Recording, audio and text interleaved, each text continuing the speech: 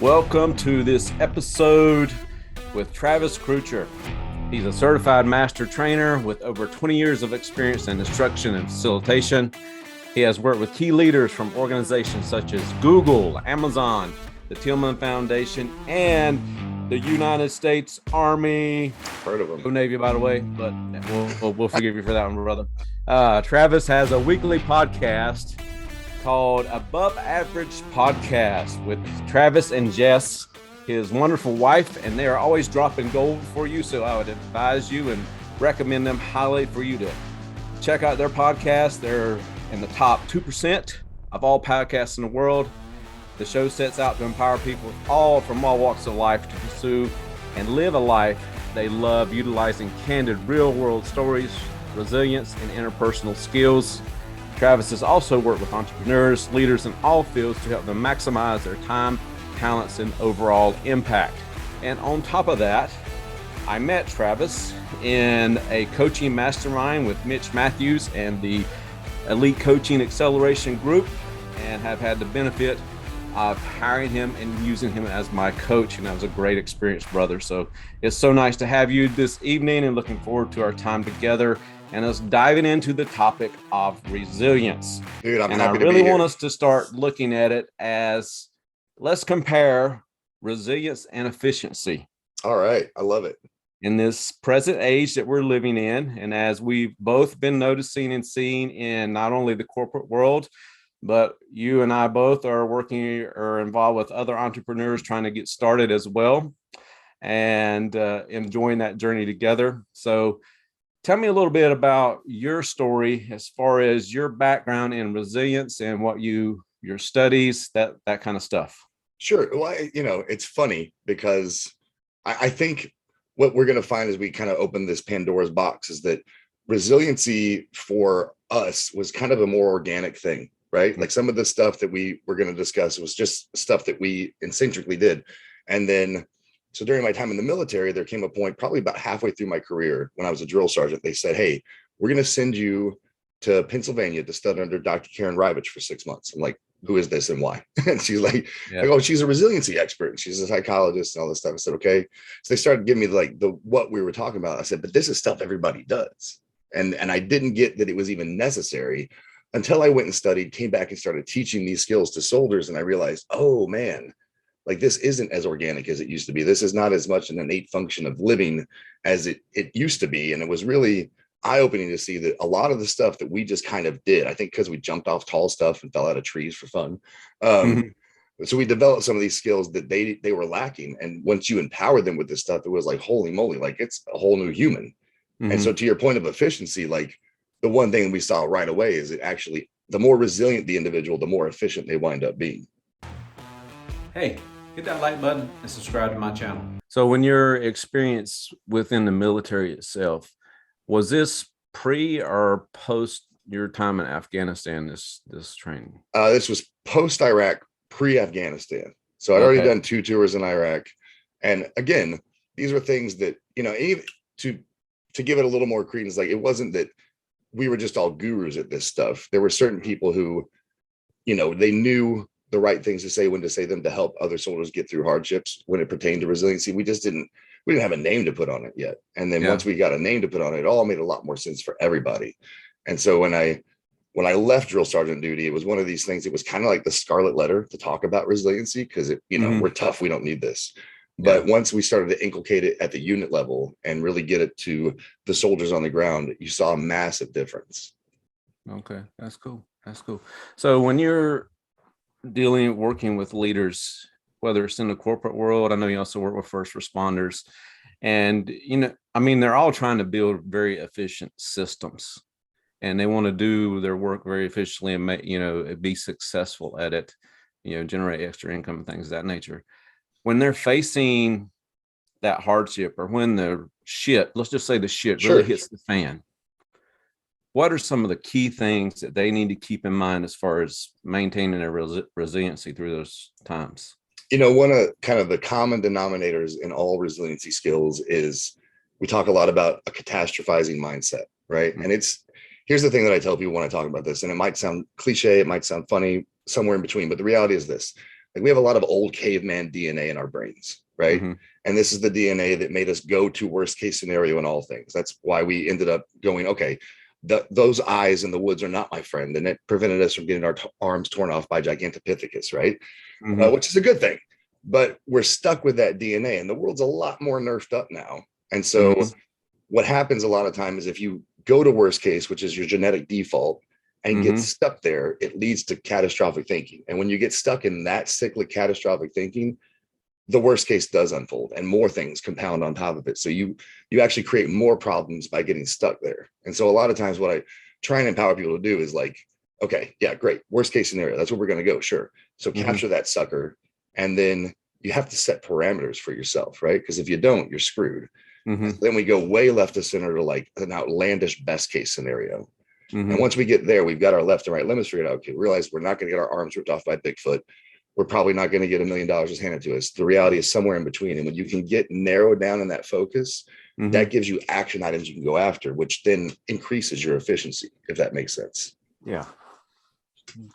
That's cool. So when you think about some of those action items, and you've also done this in the corporate world, and you've worked in the corporate world, what do you think are some action items that corporate leaders need to be keeping in mind right now as they're seeing those efficient systems that they've worked so hard to build really are falling apart? Yeah. Man, people are not going to necessarily like this answer, but it's okay. I'm fine with that. Shut up and listen, right? Shut up and listen, because what happens, this is not even a resiliency thing. This is more on the leadership side of the house. When you get into that position of authority, that position of leadership, maybe it took you 5 years to get there. Maybe you're a direct hire. Maybe you've been in the company 30 years. The systems and processes that are in place have either changed or you've never physically done them yourself. And so a lot of times, man, bottom-up feedback is invaluable when trying to figure out why the systems are all getting screwed up. I can tell you there were so many times in my career in the military where I would say, hey, go do X, Y, and Z, and I want you to do it in that order. And it would just be a complete disaster. Like, guys, this is not that difficult. Yeah. And they're like, well, we wanted to do it this way. And I was like, okay, hold on. Is the end state still achieved? Yeah. So why do I care? Why do I care if they're doing X, Y, Z? As long as we get all 3 letters there, I'm happy, right? Yeah. Yeah, that's so cool in leadership when we see that happen. But we struggle as leaders when they don't really follow our direction like we want to say. But if we get the same results, really, you're right. Who really, who cares in the end? Exactly. As long as everybody's safe, right? As long as they're safe, our quality, are we still reaching our quality goals, things of that nature that we're looking for, monetary goals that we might have set for ourselves as well. But what do you think are some of the trade-offs between efficiency and a resiliency driven system? So I think, I wouldn't even say there's trade-offs. I think really the two things go hand in hand. I know for me, like I'll tell you one of the skills I really suck at. Okay. And it's assertive communication. Okay. And I suck at it because it requires me to shut up and listen. Okay. That one and active constructive responding, 2 skills that I struggle with. And so I make a point to teach on them all the time, thinking maybe I'll get better at them. But so the outcome to these things is better relationships, better communication. And so if I get better communication with a subordinate or with an employee, that's going to streamline the efficiency. That saves me the time of having a 15-minute on the floor conversation about a system or process that's not being conducted accurately, to be going, hey, Tim, you know the right answer. Roger that. And we're done, right? We cut out the minutia and the confusion if I've got a better line of communication. But it takes me having those resiliency skills to shut up and listen sometimes, or to give good nonverbal response, open-ended questions, all that good stuff. Otherwise, I created a system in which, I'm the boss with the cigar, my feet on the desk, and I'm unapproachable, and then everything falls apart, right? Yeah. You really touched on really 2 key skills as far as coaching is concerned too, about the listening and good open-ended questions. How do you feel like as a coach, your training in resiliency helps you as you work with your clients? Oh man, it's the cheat codes. I'm not going to lie. It helps so much because, there's so much you can glean from just being quiet. And sometimes it's not even what people are saying necessarily, but how they're saying it. And so if you can hear the emotion behind the words, a lot of times, because even in leadership, man, in the corporate sector, you know, when I was still in that world, I would have folks come to me and they would say, my problem is A, but the reality is if you do a little root cause analysis and let them just get it all out, man, their 30 problems are really just one thing. And if you can impact that, you've taken so much of the burden off the individual and so much head junk out of their way that now they can really focus on what they're there to do. Yeah. Yeah. So as you have done a lot of transition in your career with the military first, you did the corporate gig. Now you're into the entrepreneurial space, especially with your coaching, your keynote speaking, your podcast. How do you see resiliency playing an important part for you as an entrepreneur and other entrepreneurs that might be listening in? And that is a fabulous question. And it definitely applies to all those spaces. In fact, we talked a little bit about catastrophic thinking, right? Mm-hmm. And how cyclic it can be. So like prime example, you could be in any line of work and your alarm goes off 5 minutes. You wake up 5 minutes after your alarm. Yeah. And you're like, crap, right? If you maintain that crap mindset right there, that, well, now I'm going to be like doing this and I won't be able to do this. And it just compounds, right? So by the time you even get into the office or when I sit down at the computer, or when I get on with that first client, whatever it is, it's like, I am going to force the function on making this bad subconsciously because I've already got it set in my mind. This is going to suck. So if you can check yourself in the moment and realize like, okay, this is temporary. This is a nothing thing, you know? Yeah. And then the other thing that helps me a lot, man, especially now, and I've got way more of it to visualize, is a skill called hunt the good stuff. And it's so cliche when you teach it, but it's so valuable when you practice it. So like, I remember our friend Mitch, we were having a conversation one day. He's like, how's your day going? And it was a rough day. I'm not going to lie to you. Like there was a lot of swirl, a lot of crazy stuff came up, a lot of reactionary things. And you know me, I'm a planner. So reactionary stuff, I'm like, get away from me. But by the time I got on the thing with him, he was like, so how's your day going? I stopped and I'm like, I'm wearing it was summertime. I'm wearing a t-shirt, like cut off shorts, like old, you know, army pants that I cut off and Birkenstocks. I'm like, damn, my day's going pretty good, man. Like, but it's taken a moment to evaluate and go, yeah, all this other stuff sucks, but man, look how good I've got it. Like I have a life where I get to sit wearing this, and this is called work, you know? Yeah. And any line of work you're in, there's something like that, you know, like when I was still in corporate, like, you know, my story there was kind of a grind, but man, knowing full well that like I was going to see the 4 kids and Jess when I got home, like I had good stuff. And if you can focus on that, man, that's kind of like your big overarching why. Sometimes it'll get you through a lot of that nonsense. Yeah, that's so cool. That's so cool.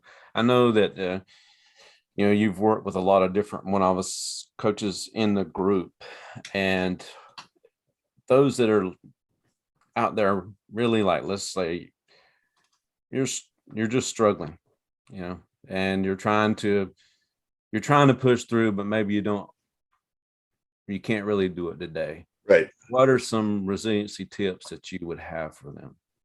You know, I mean, man, we could go through all the skills that I teach on, but I'm not even going to do that. I'm going to go a little off script here and just what I like to say is, yeah, you know, you could check out for the day. You could, but it is, you and I have had these conversations, and we have these conversations within the mastermind we're in, but like, I really look at everything way into the future, right? I don't think about tomorrow. I think about 5 years from now, right? And is me sandbagging today going to get me closer to my 5-year goal?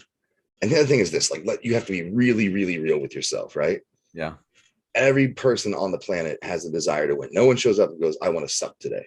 Yeah. And you know the value and the feeling you get at the end of the day, no matter what it is you're doing, if you're creating content, if you're going to work or whatever, you're working on an assembly, I don't care what you're doing. At the end of the day, when you sit down and you know you earn that like Netflix and chill time, that stuff feels way better than packing it in for the day. Yeah. You know, recently on my show, I had Mark Hunter on, who was a lead singer from a metal band that I'm a big fan of. And he, that morning, was like, I don't want to participate. He felt like crap, you know? Yeah. But he got up, he went outside in the freezing cold, went for a walk, took a shower. Like sometimes, dude, it's just force the function. And I hate to say fake it till you make it, but it's true. Like pretend you're going to survive until you get to survive, if that makes sense. Yeah, makes a ton of sense. I mean, I've talked about it a lot in different leadership training with people and stuff like that. You have to at times, you know, pretend until it's real. It's like a psychological thing that you got to deal with, and a lot of times it's all in your head. Because you can know all the skills on the planet, dude, but without fortitude, they're not going to work. No, so true. That's so true. So, what's one tip or one recommendation that you would have to the leader out there right now. All right. And, we're still, economy still kind of uncertain. We're still struggling to get the materials. We're struggling to get the people. Mindset of work is really changing right now. What is one recommendation or one tip that you would have for them to, as far as resiliency is concerned at this point? I'll tell you what, I'll get really specific for you too. Because one of the bigger problems facing corporate leaders right now is the workforce. And I'm not picking on them. I did a show about how I think they're an amazing generation. Millennials are the workforce right now, right? Oh, yeah. Man, I learned this lesson the hard way, but when I learned it, amazing results. So I'll go back to drill sergeant duty real quick. Okay. When I was a drill sergeant, my first 2 cycles, I was a nightmare, right? I was all the worst parts of the Bible, just wearing a brown hat. Like I was the worst person you'd ever want to meet. And by cycle 3, I'm like, you know what? Like, I'm just going to do a social experiment. I'm not going to yell. I'm not going to scream. I'm not going to lose my mind at all. I'm going to talk to these dudes like normal humans. I'm going to treat them well. I'm going to teach them what they got to know. And I'm going to tell them exactly why we're doing everything. Because the first 2 cycles, I'd yell and scream like, but why, drill sergeant? And then I would just yell louder, like, how dare you guys? So 3rd cycle, I would start with the why. I go, hey, fellas, by the end of this, we're going to do this. This is our end state. This is our outcomes-based training we're doing today. By the end of this, we want to achieve this. Got it? Roger. And then I would teach them all the steps backwards to start point. And they would go, oh, that makes total sense. Immediate buy-in, because I sold them on the why first. Oh, wow. And so if you tell these folks a why they can buy into, and this is the shut up and listen part, right? Because maybe they don't care about your company's ROI or bottom line. Maybe they don't give a good hot shit about production. But if you can find about the paycheck, but if you can find a personal why for them, why they're here, why are they grinding every day? What is their goal? Sell them on that why and how doing your process is going to get them to it. Psh, friends for life. They'll jump through hoops of burning fire over shark tanks for you. Oh, wow. That's cool. That's cool. I can resonate with that. I understand, the industry I'm working in right now, especially as far as manufacturing is concerned, and that younger generation, man, just showing up and working a basic 9 to 5 is just not that. It's not in their DNA. Right. It's just not who they are. And, that's one, and, on top of what you said is, just the fact that you got to think differently about how you're going to work with them. And, you got to show them that you really care, that you're willing to coach, you're willing to spend time with them, you're willing to develop them, So yeah, that's really cool, man. So yeah, I think, the big keyword I drop in there on top of it is like empathy. You may not relate to their exact circumstances, but you relate to having goals, you relate to the emotions they're feeling attached to those, hit them there. And then you found common ground. Yeah. Wow. That's cool. That's a really good subject. That could be the next subject of conversation. I know you just did it. I know you just did it. So I just listened. I did do a show on that. Yeah. And it was a great show, man. So thank you. So I really appreciate your time. I really appreciate what you've added to our time together, and definitely going to drop some information in the description about your podcast and your your website, Facebook page, that kind of stuff. But I appreciate you joining me and all the gold you just dropped with this today on this episode, man. My pleasure, brother. Thanks for having me. I'm Miles Street. I hope you enjoyed that episode with Travis Crutcher on resiliency and efficiency. Please like and subscribe to my channel and check out some of these videos here in one of these corners. And I will talk to you again next time.